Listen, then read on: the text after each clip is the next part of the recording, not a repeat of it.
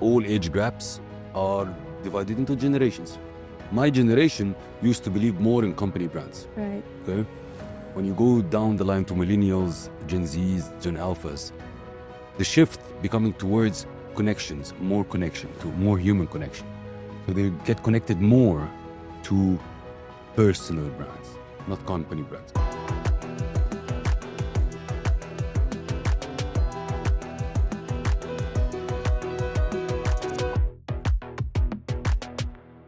Hey everyone, welcome back to The Voice to Be Heard, where every voice matters. Tonight, our guest, he's a host of the Alpha Talk shows, one of the fastest growing podcasts in the region. He interviewed several celebrities, including Tom Bellew. He's actually one of the person who inspired me to do also the podcast. Other than that, he has been featured, covered of Forbes, Entrepreneurship, and Men's Health. He redefined leadership, marketing, business strategy, wealth creation, and personal development. Help me welcome Seif Al Hakim. Thank you. It's a pleasure to be with you on your show. I'm sure we're going to create something that people will find valuable, inspiring, and we'll get a lot of knowledge and value from it. Thank you for having me today. Thank you, really appreciate it. Seif, I saw your video about Alpha Revealed, your story behind doing your podcast. And I've discovered that you've been the ex CMO, Chief Marketing Officer of Samsung. So, how did you start shifting yourself from creating yourself as the brand? I worked all my life in the marketing field. Okay, like I would say, 90% of my time I worked in the marketing field. So I always had this, I would say, passion of creating an image, either the image of a brand as a company or an image for a person behind, so the personal brand. Starting in corporate with Samsung, my main focus was building the image of Samsung, building the image of the product that Samsung produce. But that was in an era that personal branding wasn't that much there. Right. It was an era where the company's brands, the product lines were taking the front line. But moving with generations, as a marketeer, you understand and you study consumer behavior. So moving down the line, you understood that it's not anymore important the company brand. It's not anymore important the product brand. It is super important the person that stands behind these, which is an example in today's era where we see late Steve Jobs. It was the image of Apple. Elon Musk, the image of the Tesla. Bezos, the image of Amazon. So moving toward Gen Zs, Gen Alphas, and it is so important to build the personal brand rather than the company brand. Because whatever you build now with the personal brand, it replicates on the companies and the whatever, the service, the products that you represent. From here, okay, understood. It's time to start to build a personal brand. And a lot of people keep asking, okay, why it's important to build a personal brand? Because again, when we talk about like the Gen Z and the Gen Alphas, they connect with humans. At the end of I want to connect with a person. I want to connect with their stories. That's the consumer behavior of the generation now. Why it's becoming important? So you base it from generation? It's generations of like all age gaps are divided into generations. My generation used to believe more in company brands. Right. Okay. When you go down the line to millennials, Gen Zs, Gen Alphas, the shift becoming towards connections, more connection, to more human connection. So they get connected more to personal brands, not company brands. My time was the Sony, the Samsung, the Nokia, we didn't care who's behind these brands. Literally, we didn't care. Right. I didn't know who was the owner or the CEO of Nokia. By the time we understood Ballmer and all these down the line, it wasn't that important to us. Right. Starting from the millennials, going to Gen Zs, Gen Alphas, these people connect with people, connect with human, which comes the personal brand. Right. And that's why the values of all these companies, like the Teslas and so on and so forth is so high. It's not because the Tesla is great. It's because the guy behind it has a strong personal brand. Whether you like him, whether you don't, that's a personal brand. The same as Virgin, when Richard Branson came in front. That's a personal brand. Then why is personal brand strong? That's becoming the question. Why personal brand is strong? For a very simple reason. That's the only business, I would say, a business model that can be a monopoly. Okay? In other industries, you cannot have a monopoly. It's not legal. But personal brand is the only business model which is a monopoly, which means nobody can take it from me, correct? Right. It is who I am, what I do, what I stand for. Nobody can take it from me. You can take my assets, you can take my companies, you can take whatever you want. But if I have a solid personal brand, nobody can take it, so I can rebuild anything else. Yeah, that's really one thing that I commend. Like, I commend with what people are doing right now, that they build credibility based in the person. Mhm. Like, you build trust, not for the products, but to the person who's doing it. Exactly. People buy your story rather than buying the product. So they buy your story first and then buy their products. Mm-hmm. So that's why it's extremely important. And if you're talking about business, having a strong personal brand move you from a hunter to a magnet. Let me simplify it. In the business landscape, a lot of people hunt opportunities. Like you go out every day, I'm hunting leads, I'm hunting deals, I'm hunting. So you're on the offense side, correct? But if you have a strong personal brand, it's different. You attract. Yes. So you're a kind of magnet Yeah. to opportunities. So opportunities come to you, then you select. And then the worst part, if your personal brand is so strong, you get the opportunities, okay, and the leftover comes to people who have no personal brand. Right. So that's the power of personal brand these days. Mm-hmm. So how do you handle criticisms or any feedback that are negative? You build it in yourself. Like you build thick skin. You need to be you're conscious enough or have a high level of awareness that is this criticism builds you or this criticism just for the sake of criticism. So if a person just criticizing that I'm wearing glasses now, doesn't matter at all. For me, it's like watching a TV and putting it on mute. I can see your mouse lip sync and it doesn't matter. But if you're giving me an opinion that's something that will help me develop, I will listen to it. But by time, your skin is thick. Say whatever you want, doesn't matter. Literally doesn't matter. We don't live for people criticism. We don't live for people's opinions. Because if you do that, then you're living out of validation. I want you to say that I'm good. Not that important for me. If you know your values very well, you know what you're providing, your impact that you're doing, the influence that you have, the opinions and criticisms of people becomes irrelevant in the equation, unless you're saying something to help me develop more. Mm-hmm. Like you build yourself internal, like. Yeah, absolutely, awareness. And it's not out of ego. It's out of confidence in what I'm doing. So your skin becomes so thick like a crocodile that anything bounces on it. Like I like the title of the alpha talks. So for you, what does truly an alpha mindset does a person like have? So back in the days, alpha is sometimes people think about it in a negative way. In an aggressive way. Aggressive, negative, the dominant, the egocentric, the selfish, like all these things. But I would say that's a media thing, a media gimmick. Modern alpha is absolutely different. Modern alpha, because simply an alpha is a person who leads. Right. Correct? Yeah. So again, so it's not about dominance, it's about leading. And it starts by leading yourself. Because if you lead yourself, the world will follow afterwards. The hardest part is not for me to lead you. It's easy. If I want to lead you, I'm going to lead you. It's easy. But to lead myself, with my fears, with my limiting beliefs, with my doubts, with. That's the hardest part. So the first skill, I would say, or a trait for an alpha is self mastery.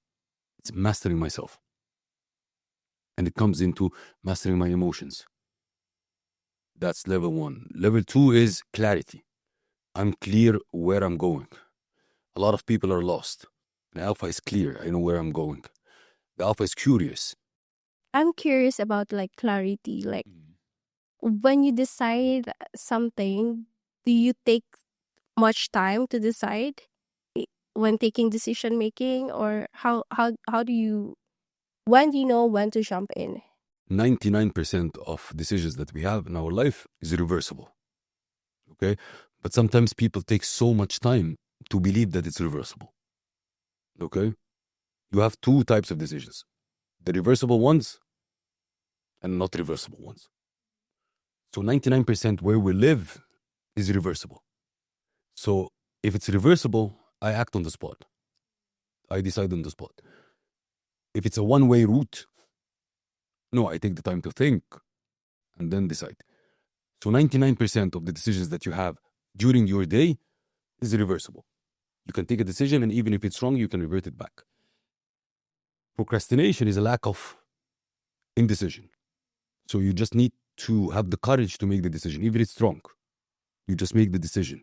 Because if lack of decision is procrastination, it is stress, it is make you stay where you are, you don't grow, and the list can go on. Taking the tough decisions makes you an alpha. So you're able to make the tough decisions, take the tough calls. This is also a trait of an alpha. Another trait of an alpha is being assertive. Like I put myself into situation rather than sit backwards. Like, hello, there is a problem. Hello, there is a challenge. I jump in rather than sit back. That's being assertive. All successful people are assertive people. They never sit on the side. They jump into the middle of the thing. This is as well resilience. Being resilient, that's an alpha. Being consistent is an alpha. Being disciplined is an alpha. Because in order to succeed in whatever you want in life, you need to have these traits. And if you have these traits, of course, you're a leader. And of course, if you're a leader, you're an alpha. So it doesn't have a bad meaning to it or a negative quotation to it. It is an alpha. That's an alpha. Taking back to our topic, like personal branding, what are the biggest disadvantage and advantages when it comes to like when you do yourself as the personal brand? Like anything that you decide to do has its own sacrifices. Correct? That's one. And the price that you're paying for doing it. If we're talking about personal branding, you're putting yourself under the spotlight. You're putting yourself into the public eye. So you need to be able to carry yourself into the public eye. You need to be able to handle the criticism, whatever the way you handle it. Mm. Another thing, the whole thing or whatever you're building in your life depends on your personal brand. When you're running a company, you can run it from your kitchen. You can run it from wherever you want. So you don't need to be the person present in whatever you're doing. Having a personal brand or your business is set around your personal brand, it means that you are the one, which means in different ways can limit your capacity. Let's say you're doing a podcast, correct? This podcast depends on you, Right. correct? Right. We cannot replace you with somebody else, correct? So it is a capacity cap. So you have a capacity cap. Even the greatest, I would say, like YouTubers, for example, like Mr. Beast, one of his main concerns on areas that he's fed up from is anything that he runs based on his presence. Yes. And that puts a cap. There is an effort. There is time spent. That's not saying that other people, they're not. But other people can do it from anywhere in the world. You can run your e-commerce from anywhere in the world, correct? You can do a product, sell it, just sitting anywhere in the world. But having a personal brand that you're on this under the spotlight, that requires a lot. And that's, I would say, I'm not saying the disadvantages, but that's the check you sign before you jump in. The advantages, the way you put it. Right. It's like the monopoly, the attracting the deals, the opportunities, and I know. and having the community, having your tribe, having the people that follows you, have the people that believes in you. What's the thin line of the personal brand? Because it will also be like considered as celebrity, like a public figure. Like, how does it differ from celebrity to as you as doing yourself as a personal brand? And by the way, what was your goal or intention in doing, like in shifting yourself as the personal brand? Okay, let's take the first part. Personal brand is an umbrella, so it can come under the celebrity, it can come under the content creator, it can come into there is a businessman who has a personal brand, so it's different. So the personal brand is umbrella. A celebrity, an actor, a singer can have a personal brand. A businessman can have a personal brand. A content creator can have a personal brand. So it is the umbrella. The level of influence, the level how this personal brand can mobilize people, because personal brands now create cultures. The level of how they can mobilize people, it differs from a celebrity to this, to that, to that. It's the tribe that's around them. So they all have personal brands. It depends on their power of influence, their impact of influencing people. So that's one part. The second is the shift for me was a little bit, I don't want to say structured or unstructured, but when I left corporate and I pivoted, I've never had a plan to create a podcast, for example. Mm-hmm. What was your aha moment? Oh. With the podcast or with what? With podcasting. No, I get a lot of aha moments when I have, I would say, valuable guests. Guests with depth that you learn from. There is a lot of surface level guests, Mm-hmm. which like success means sacrifice. Everybody knows that. Mm. People with depth, with knowledge, these are the people like, you feel these aha moments. But like, again, a lot of people say like, did you have a plan, a full plan that you will end doing podcasts? I said, absolutely not. When I started What's an Alpha, and one of the traits of the Alpha, and I said clarity. A lot of people, they say I'm lost. And they keep, I'm thinking I'm lost. Correct? You just keep thinking. And you think. By you thinking, you'll get the clarity. But the problem is the clarity doesn't happen by thinking. The clarity happens by moving and making actions. And then clarity will appear to you. Because you can keep thinking, and I say like, I don't have clarity. I'm going to think that I want to do an e-commerce thing. And you keep thinking. And then you spend 6, 7, 8, 1 year thinking about running an e-commerce, and you jump in e-commerce and you find it's not yours. Mm. But if you moved on it, you can literally understand it's yours or not. Mm. Right. Because in order to be successful, it's not only to like the thing that you want or to see somebody else doing it and you think that you can do it yourself. Because 90% of people see what others are doing and they think, oh, if I did it, I will get the same results as them. Mm. That's the society. You see it on social media, you see this person successful doing e-commerce. Let me jump in e-commerce. But you missed one part of the equation. To succeed, you need to be obsessed. Right. Correct? Meaning obsessed means what? Extremely bored in some things that I'm doing, but I'm going to keep doing it. Or extremely passionate and I have an obsession that whatever obstacle and challenge will come hit me, I'm going to stand back up and continue because I'm obsessed. Mm-hmm. Majority of the people don't have this kind of obsession, and that's why they pivot a lot. Today I want trading, tomorrow I want e-commerce, after tomorrow I want crypto. Like a jack of all trades. It's not jack of all trades. I hope that they even jack of all trades. They're not jacks. They're not even jack. They're number one, not even They're a just jack. jumping. They're just trying. Hopping. You need to find your obsession towards something. It's not like it worked for that person means it works for you. Right. Your equation is different.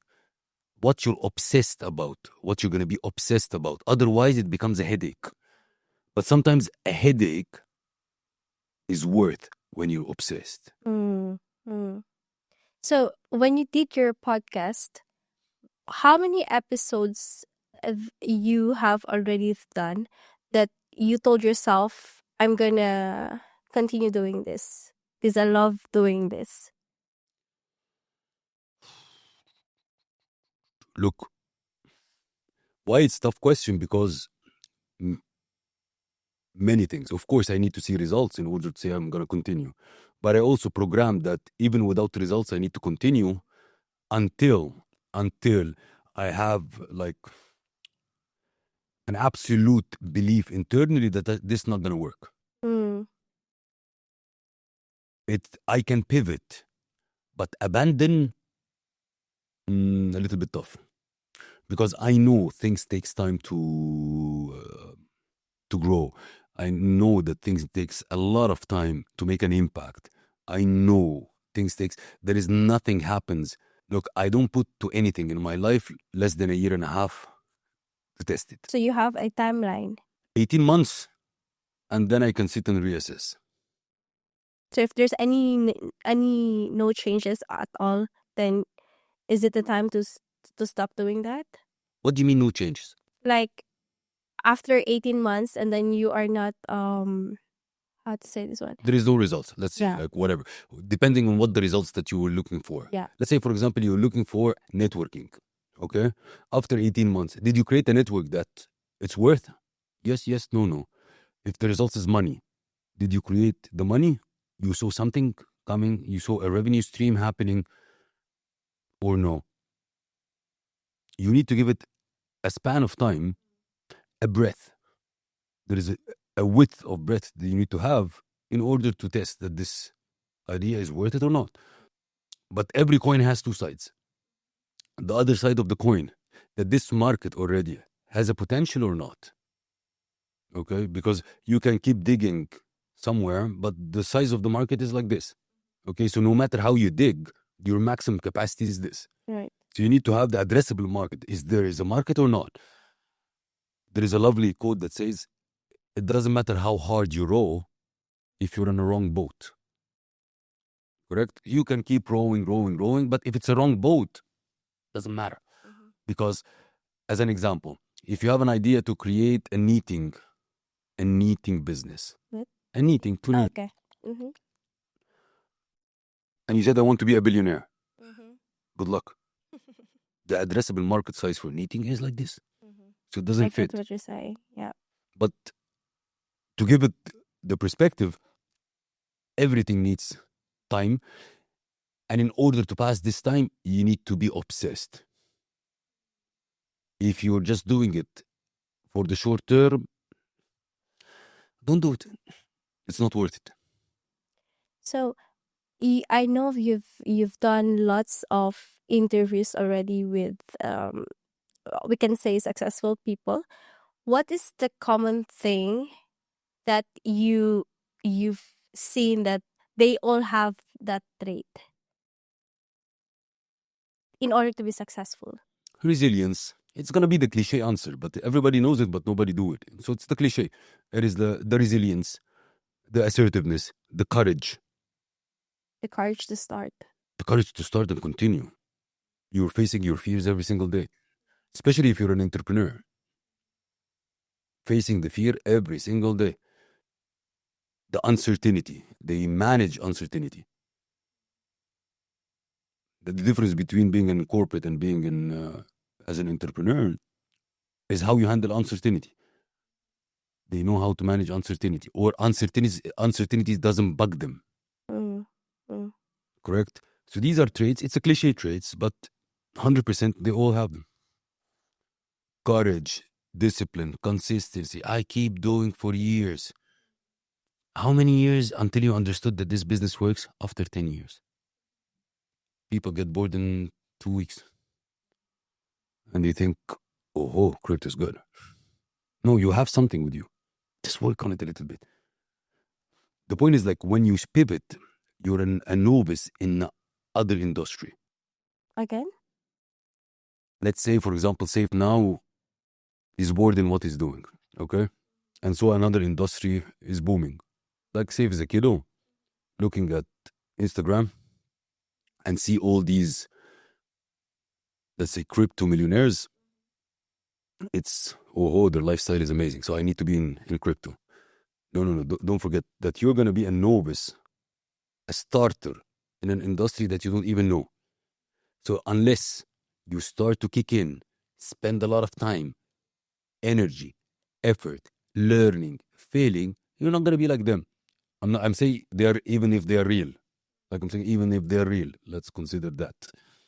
But it needs a runway in order to reach that image that you want or that position that you want. But human by nature are lazy. They're known lazy. So like in 2-3 months, oh shit, it didn't give me what I want. Let me pivot to, I don't know, being a gardener. Then they do it for 2-3 months, didn't reach. But again, you're starting each industry as a novice, an absolute amateur. It takes a lot of time to build your character there, build your skill sets. But people quit before even building this. Because I think it has something also to do with the social media. What we're saying is like we all already picturized the outcome, but we didn't see the struggles behind that.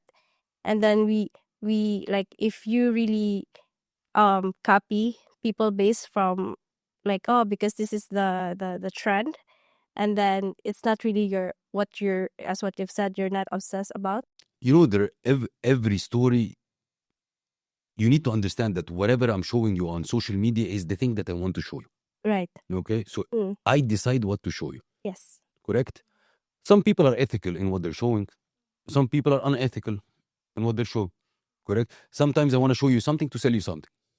So I'm a crypto guy. I need to show you that I'm You're the bomba. marketing. No, I mean, like, I need to show you that I'm a bomba guy in crypto. So I need to sell you something. I need you to sell you a shit coin. So I need to show you that this shit coin makes a lot of money. Correct? Or I need to show I'm becoming ethical and I show you something that's worth. So even you're not comparing yourself to a different journey, but you're also trying to compare yourself to something that you don't know if it's real or not. So the variables are a lot. So that's why I'm saying to people, do not compare yourself to anybody. You just, when you compare yourself to somebody, you're literally disrespecting yourself. Like if you look at it, you're literally, I'm disrespecting myself. Like, okay, I'm comparing myself to this, then I am insecure to the level that I have to look at, focus on yourself. Right. Literally, focus. And again, it's not cliche.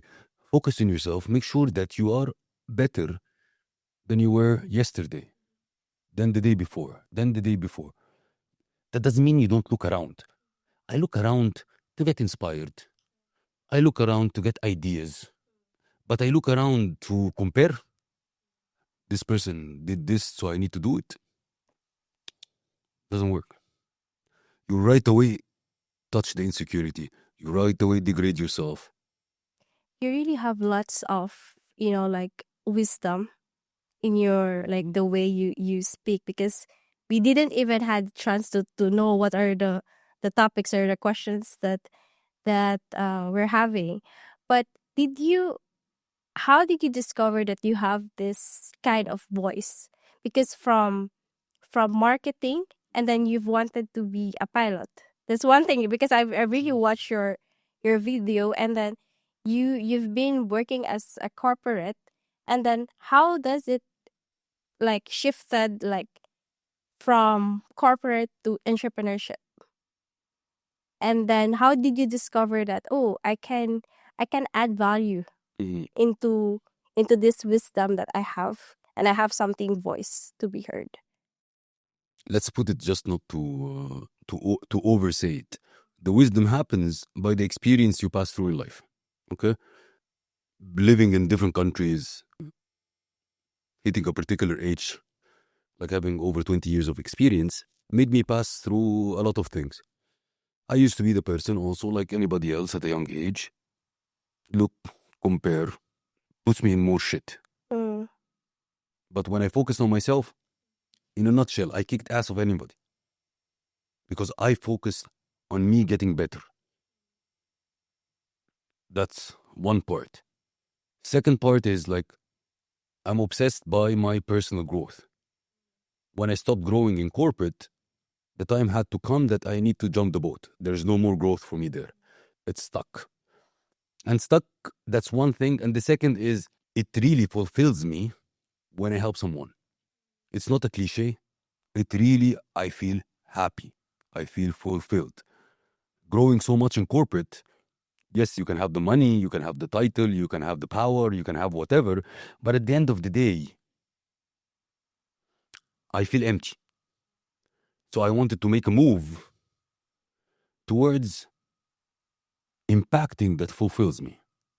I want to be happy. So that's why I made this shift to what I'm doing right now.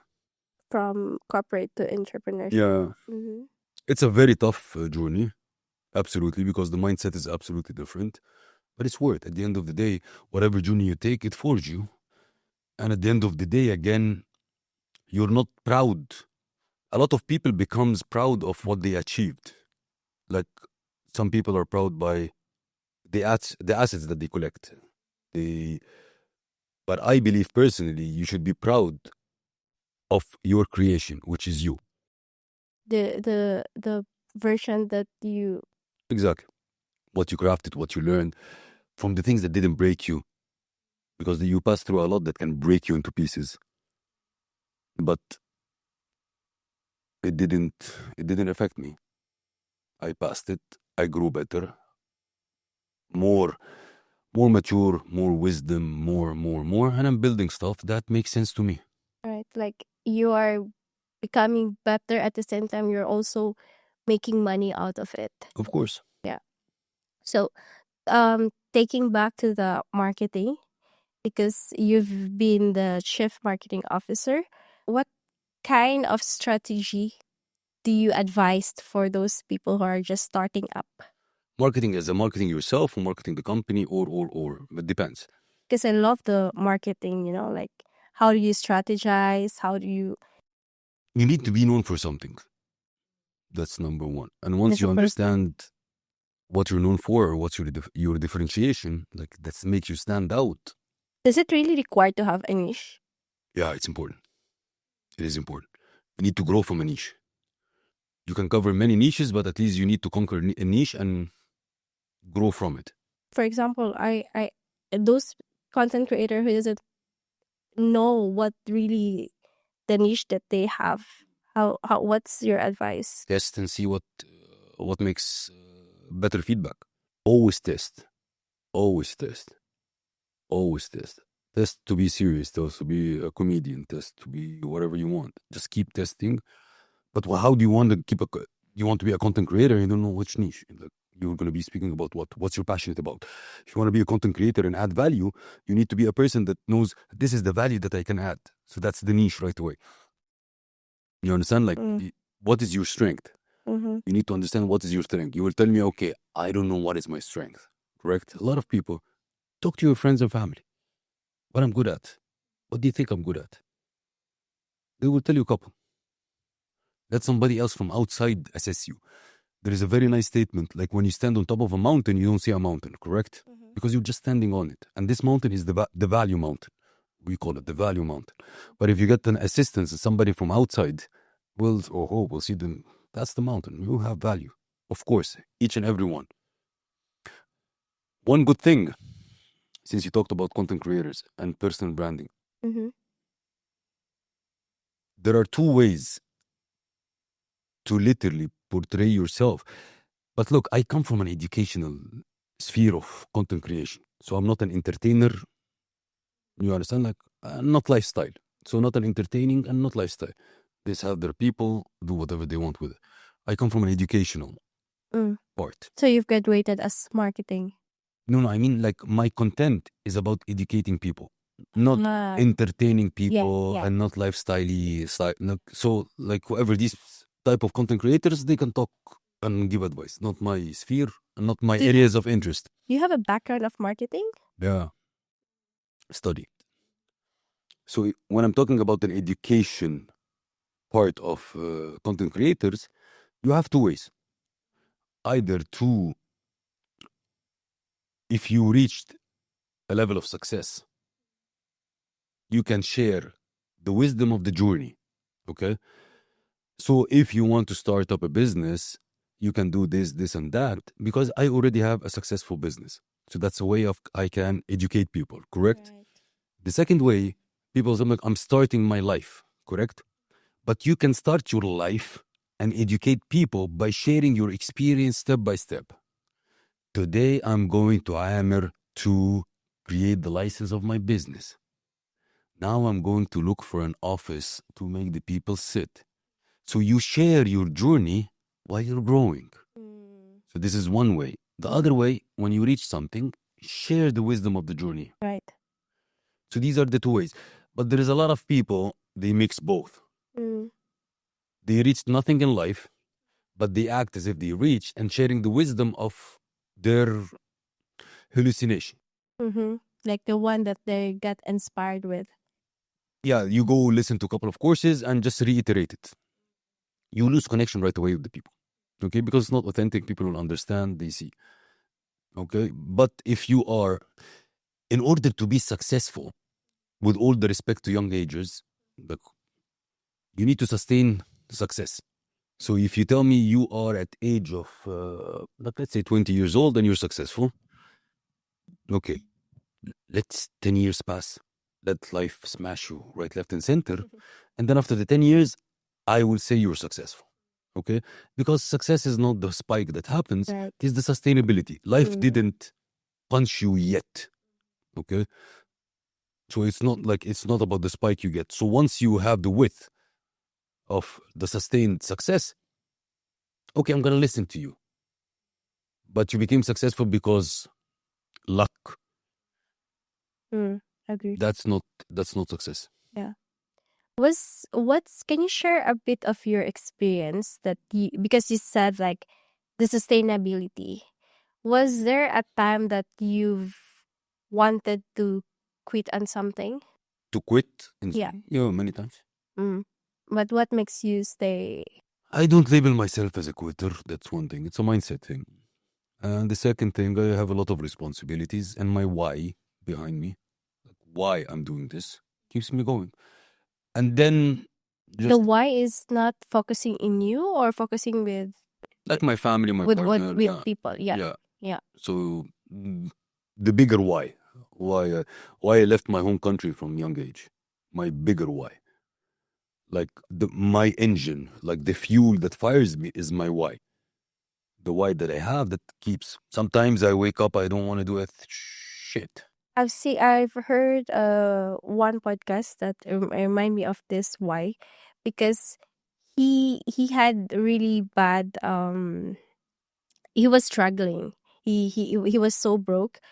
But the thing is he found his why when he saw his girlfriend like crying because they don't have any more place to live. And that was his why. So I think we grow more when our why is bigger than ourselves. Usually your why is not about you. Usually the best example to demonstrate a why for anybody who's thinking about what's his why is, let's say here is a bit one place and another place. And I say, I will give you $100 to cross between this and here. We're on the floor. Okay. So you tell me, yes, give me the $100, right? Then I say, okay, let's go this 10 meters from the ground. So a pole, 10 meters, and there is a slab. And I tell you, I'll give you $1,000 to walk between these two slabs. Okay? You tell me $1,000. Okay, give me $1,000. I'm going to walk across these two slabs. Correct?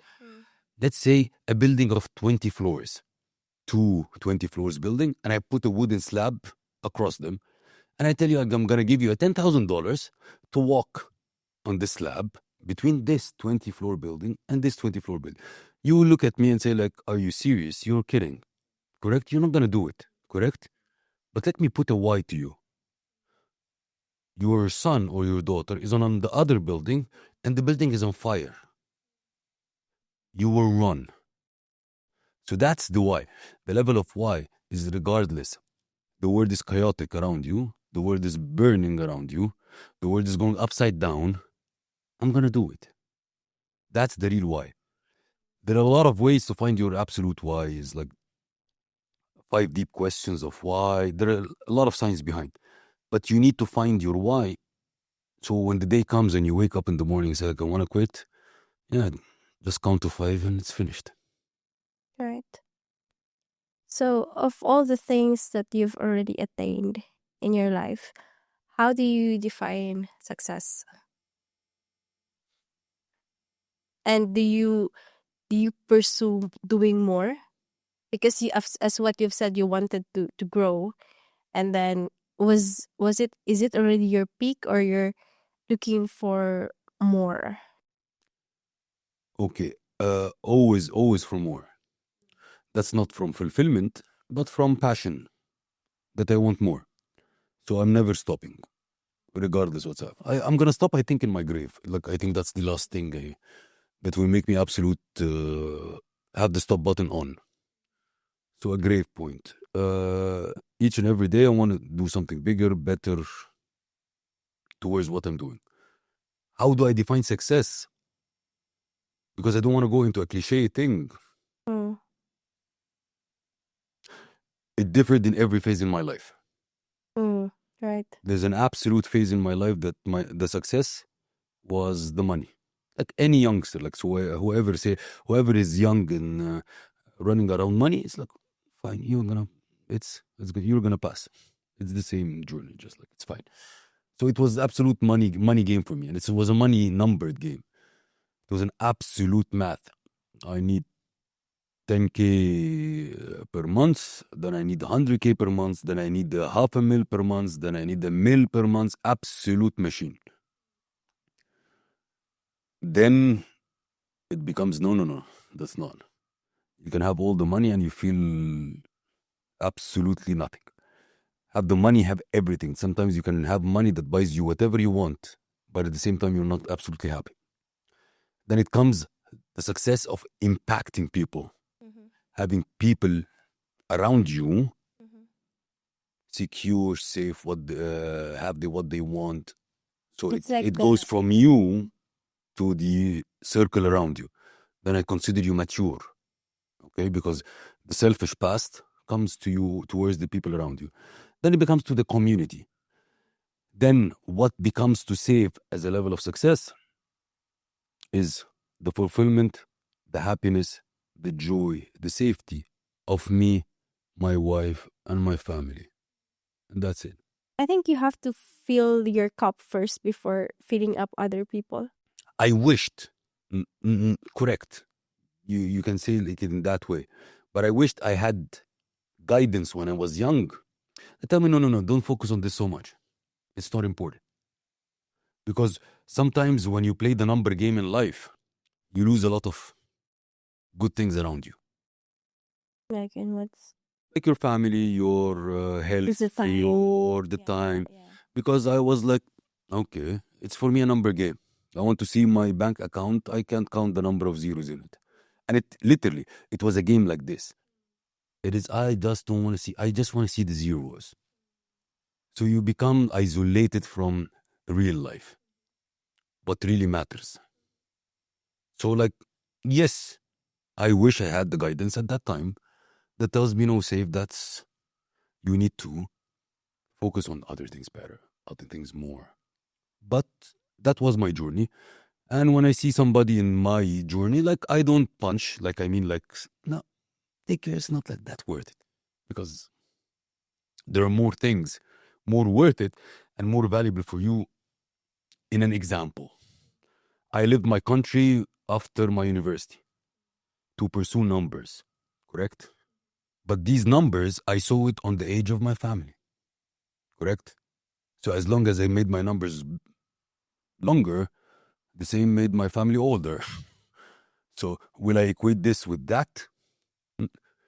Totally not worth it. It's lost time. Focus, which is not.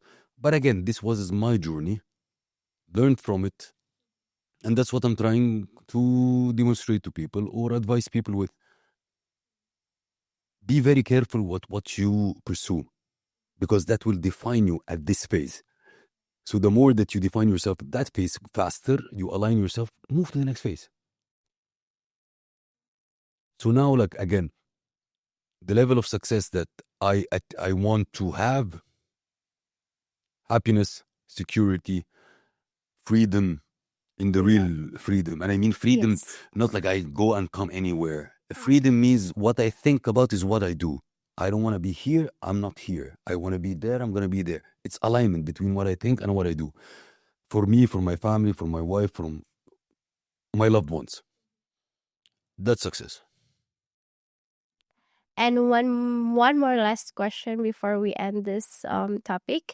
So, as a chief marketing officer and then now doing your personal brand, what is the thing that a tip for for those people who wants to do branding themselves?